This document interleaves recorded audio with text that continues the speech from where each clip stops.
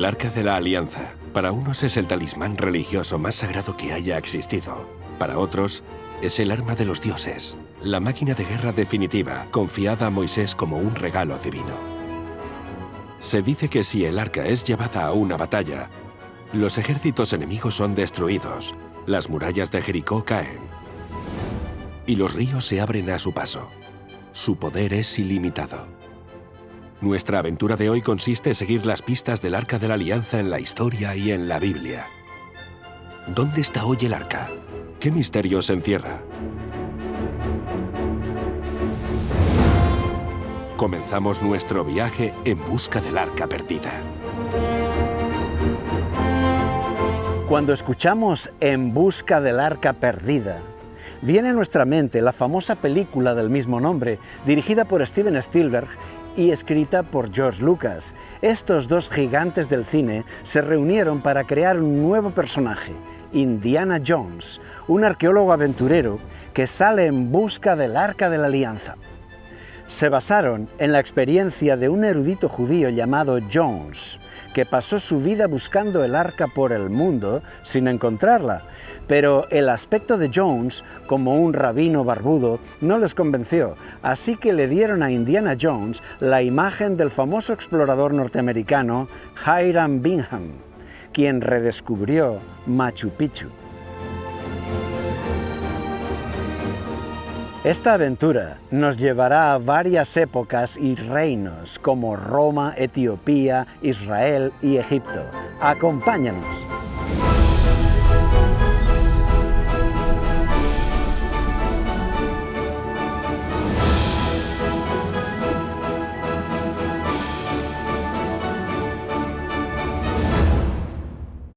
En la ciudad de Roma, en la Vía Sacra, se encuentra el Arco de Tito. Tiene casi 2000 años. Fue levantado para conmemorar las victorias de Tito, entre ellas la conquista de Jerusalén en el año 70 después de Cristo. Allí está representado el botín que se llevaron del templo de Yahvé. Puede verse claramente el candelabro de 7 brazos, las trompetas, incluso los utensilios del templo. Pero el Arca de la Alianza no aparece en estos relieves. ¿Es que ya había desaparecido del templo antes? ¿Dónde está el arca? Habrás escuchado seguro algunas historias y leyendas, pero hoy aquí queremos separar la leyenda de la verdad.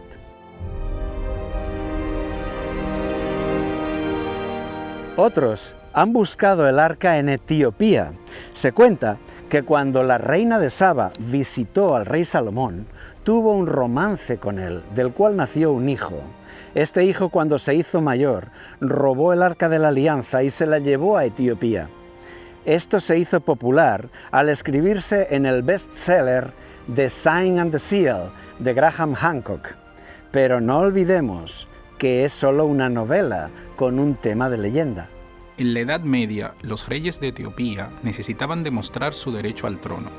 Para legitimarse, escribieron una historia legendaria e inventaron a ese hijo de Salomón que hemos escuchado por los medios, pero también el robo del arca. Dijeron que tenían derecho divino a gobernar, porque eran los descendientes de Salomón y David, y además Dios les había confiado la posesión del arca. Ellos crearon esta historia. Aún hoy, los sacerdotes de la ciudad de Aksum, en Etiopía, aseguran que tienen el Arca de la Alianza guardada en su templo. Nadie la ha visto nunca. Cuando se les pregunta por qué nunca quieren mostrarla, contestan: no es para proteger al arca de la gente, es para proteger a la gente del arca, porque si alguien mira el arca sin ser un sumo sacerdote consagrado, morirá en el acto. Y con ese argumento, la leyenda se mantiene, sin ninguna base ni en la Biblia ni en la historia. Sigamos buscando. Entre los judíos se cuenta la leyenda de Jeremías y el arca. Dice así: Cuando el ejército de Babilonia se acercaba a Jerusalén, el profeta Jeremías se encargó de esconder el arca. La tomó del templo de Yahvé y la escondió en una cueva cerca de la ciudad. Luego cubrió la entrada con tierra para que no fuera encontrada. Pero Jeremías fue deportado a Egipto. Jerusalén fue tomada por Babilonia y el templo de Salomón fue destruido. El Arca de la Alianza quedó olvidada en aquella cueva, esperando el día en que será descubierta. Es una bonita historia, ¿verdad? ¿Será real? Las evidencias nos dicen que no. No debemos olvidar que este relato sobre Jeremías y el arca es solo una tradición. No está escrito ni en la Biblia ni en la historia. Pertenece solo al imaginario popular. Es fácil comprender que un judío prefiera creer esta historia porque en ella el arca es salvada de caer en manos profanas y sacrílegas. Queda protegida de la vergüenza, de las burlas.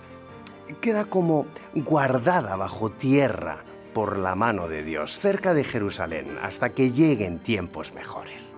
Pero lo cierto es que el templo de Yahvé ya había sido saqueado antes. La Biblia misma nos cuenta que todo lo que era de oro en el templo fue robado, algo que sucedió 3 siglos antes de Jeremías. En el siglo X a.C., Israel estaba cayendo en picado. Tras las décadas de gloria del rey David y Salomón, llegaron los años malos. Salomón oprimió al pueblo con impuestos al estilo duro de un faraón y sumergió a la nación en la apostasía de cultos paganos. Por todo eso, a su muerte, las luchas internas partieron el país en dos, y lamentablemente Israel quedó al norte y Judá al sur. Mientras tanto, una amenaza se levanta en el oeste. Un hombre superdotado para la guerra, astuto y ambicioso, su nombre Sesac. Este señor de la guerra fue de victoria en victoria hasta ser coronado faraón de Egipto. Ahora venía contra Jerusalén como un huracán. Sobre el año 940 a.C. salió de Egipto una gran fuerza internacional, liderada por el faraón Sesac, que derrotó y saqueó las ciudades fortificadas de Israel y Canaán. Hoy podemos leerlo en los muros de piedra en los templos de Egipto, pero también quedó registrado en la Biblia. Atención, en el libro de los Reyes la Biblia nos dice que este faraón se llevó los tesoros del templo de Yahvé, y allí estaba el Arca de la Alianza. El texto remarca que se lo llevó todo. Al 5.º año del rey Roboam subió Sesac, rey de Egipto, contra Jerusalén. Tomó los tesoros de la casa de Jehová, los tesoros de la casa real, y los saqueó todo. También se llevó todos los escudos de oro que Salomón había hecho. Sesac saqueó el templo de Jerusalén. Qué doloroso fue eso para los creyentes israelitas. Muchos creen que Sesac se llevó el Arca de la Alianza a Egipto, a la ciudad de Tanis, con el botín de guerra, y ya no se sabe nada más de ella. Y así, es en la tierra de Egipto donde se pierde la pista del arca. Pero la información definitiva la vamos a encontrar en la Biblia. El arca era la pieza más sagrada del tabernáculo o santuario de Israel. Pablo de Tarso, que fue un gran erudito del judaísmo y del cristianismo, nos dice que Jesucristo es ahora el verdadero sacerdote, que actúa por nosotros en el santuario celestial. El punto principal de lo que venimos diciendo es que tenemos tal sumo sacerdote, el cual se sentó a la diestra del trono de la majestad en los cielos. Él es ministro del santuario y de aquel verdadero tabernáculo que levantó el Señor y no el hombre. Dice que el santuario israelita es una representación didáctica del santuario verdadero que no está en este mundo. Nos enseña que ahora debemos dirigir nuestra atención a aquel verdadero tabernáculo. Es figura y sombra de las cosas celestiales, como se le advirtió a Moisés cuando iba a erigir el tabernáculo, diciéndole: «Mira, haz todas las cosas conforme al modelo que se te ha mostrado en el monte». Cada elemento del santuario significa algo importante de la obra de Cristo por nosotros. El altar del sacrificio representa el sacrificio de Cristo en la cruz. La fuente del agua, su bautismo en agua. El candelabro es la luz espiritual. La mesa de los panes, el alimento espiritual. El altar de incienso simboliza la intercesión de Cristo. y el arca de la alianza representa el trono de Dios. Ya hemos explicado todos estos símbolos con detalle en el programa anterior titulado En busca del templo perdido. El santuario israelita es un resumen de lo que Cristo haría por el ser humano.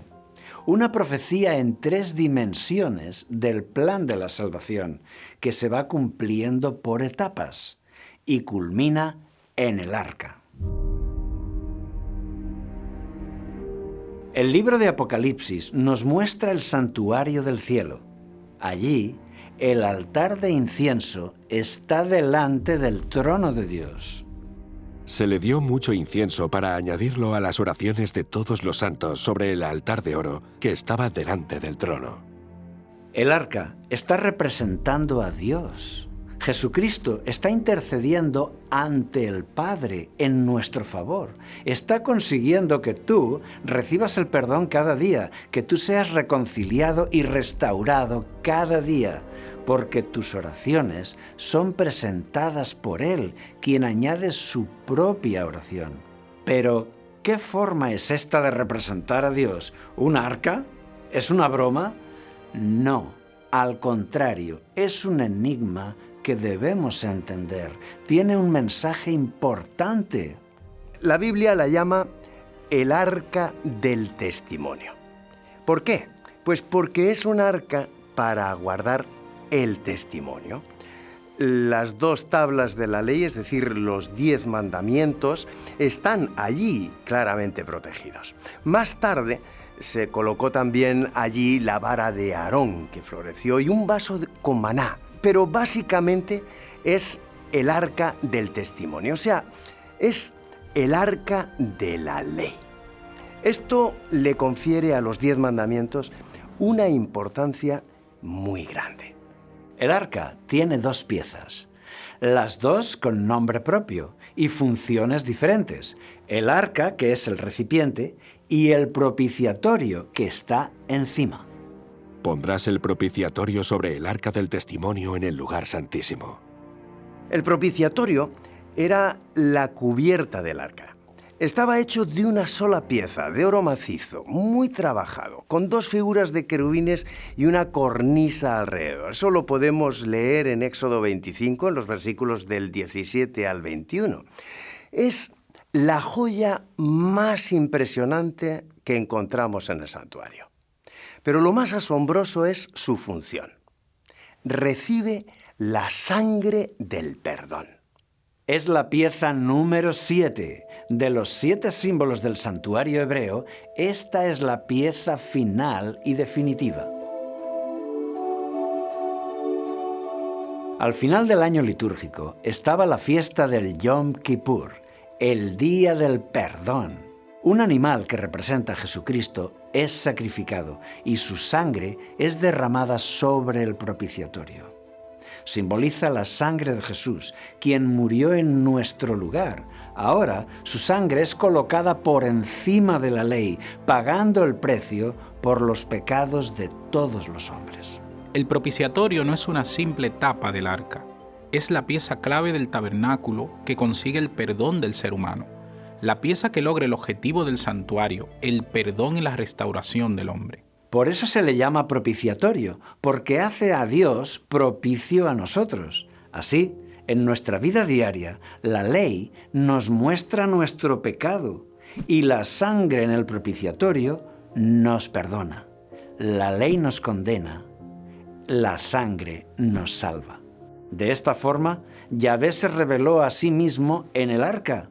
La ley nos muestra su justicia, el propiciatorio nos muestra su amor, nos muestra su santidad y también nos muestra su misericordia, porque así es Dios. Para salvar y restaurar al hombre, Dios ha decidido mostrar esos 2 aspectos de sí mismo. La ley te muestra tu necesidad de perdón y en la gracia eres perdonado. El objetivo es conseguir tu perdón. En la ley entiendes que lo necesitas, en la gracia lo recibes. Aunque no tenemos el arca físicamente con nosotros, tenemos algo mucho más importante, su enseñanza y su mensaje. Así es Dios, santidad y amor son representación de su carácter. Este es el Evangelio completo, la ley y la gracia, y esta es también la identificación del verdadero pueblo de Dios. Como enseña el libro de Apocalipsis, aquí está la perseverancia de los santos, los que guardan los mandamientos de Dios y la fe de Jesús.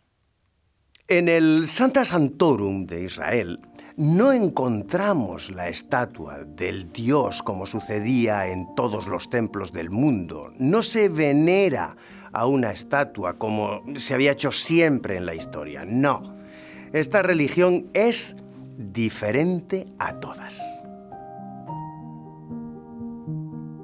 Dios no quiso representarse como una gran estatua, sino con el Arca de la Alianza, mostrando su santidad y su misericordia, para que tú hoy mires a este arca y veas cómo es Dios y puedas adorarlo en espíritu y en verdad.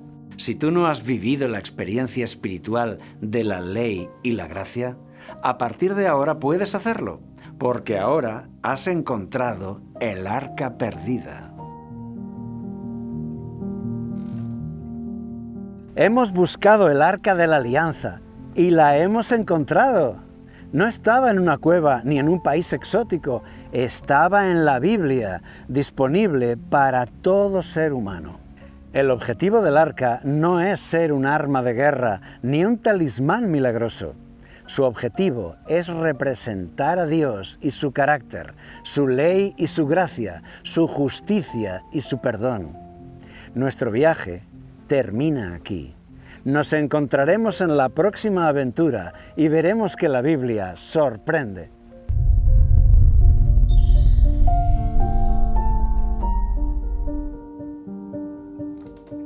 ¿Quieres información actual? Suscríbete a nuestro canal. Para mayor difusión gratuita, danos un like y dale a la campanita.